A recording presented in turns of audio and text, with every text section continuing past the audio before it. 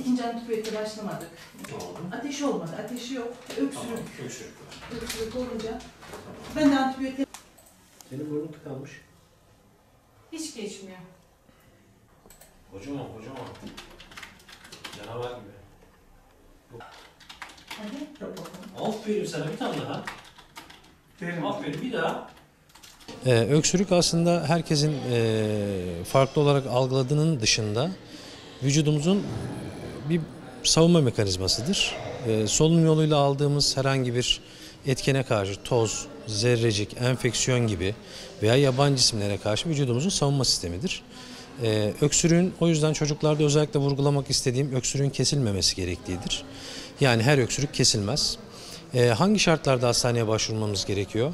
Eğer bir çocuğun öksürüğü inatçı seyrediyorsa, kusmaya, ateşe, hırıltıya neden oluyorsa veya genel durumunda bir düşkünlüğe, bozukluğa neden oluyorsa bir çocuk sağlığı ve hastalıkları uzmanına başvurmanız gerekmektedir.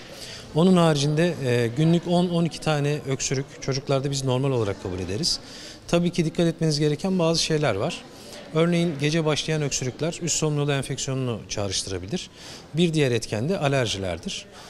Gündüz olan, çocuğu kusturacak derecede inatçı olan, ses kısıklığına neden olan, ateşe, beslenme bozukluğuna neden olan, hızlı nefes alıp vermeye neden olan öksürüklerin hepsi doktor tarafından mutlaka görülmeli. Eğer ki öksürüğünüz 3 haftadan daha uzun süre devam ediyor, inatçı şekilde oluyor ve çocuğun rahatını, konforunu bozuyorsa yine çocuk sağlığı ve hastalıkları uzmanı tarafından görülmesi gerekmekte. Onun haricinde günlük tek tük öksürükler, 1-2 defa öksürdü ama çocuğun keyfi yerinde, rahatı iyi. Bu durumlarda çocuğu takip edebiliriz. Böyle durumlarda neler yapabiliriz? Yani boğazı rahatlatacak ıhlamur olabilir, ıhlamur çayı.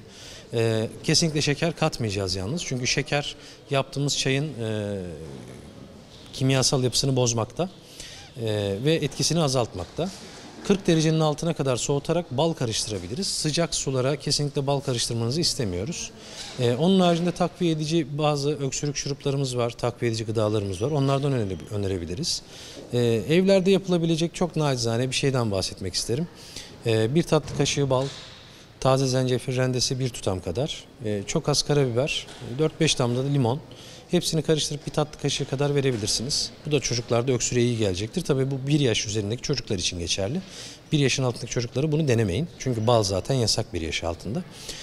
Onun haricinde dikkat etmeniz gereken şeyler, şu anda bulaşıcı bir mevsimdeyiz. Hastalıkların çok yoğun olduğu, çocuklarda özellikle kreşe giden, okula giden çocuklarda bulaşın çok fazla olduğu ve inatçı öksürüğün görüldüğü bir dönemdeyiz. Kış aylarındayız. Mümkün olduğunca temizlik ve hijyene dikkat edelim. Covid hala bitmiş değil. Covid hala devam ediyor. Bunun yanında üzerine binen viral ve bakteriyel enfeksiyonlar var. Onlara dikkat etmemiz gerekiyor. O yüzden mesafemize, hasta insanlardan uzak durmaya özen gösterelim. El hijyenine dikkat edelim mümkün olduğunca ve çocuklarımıza da bunu aşılamaya çalışalım. Bunlara dikkat edersek ve güzel beslenirsek mevsim meyvelerinden C vitamini, E vitamini ve D vitaminini özellikle aksatmazsak çocukların bu dönemi güzel bir şekilde atlatacaklarına inanıyorum.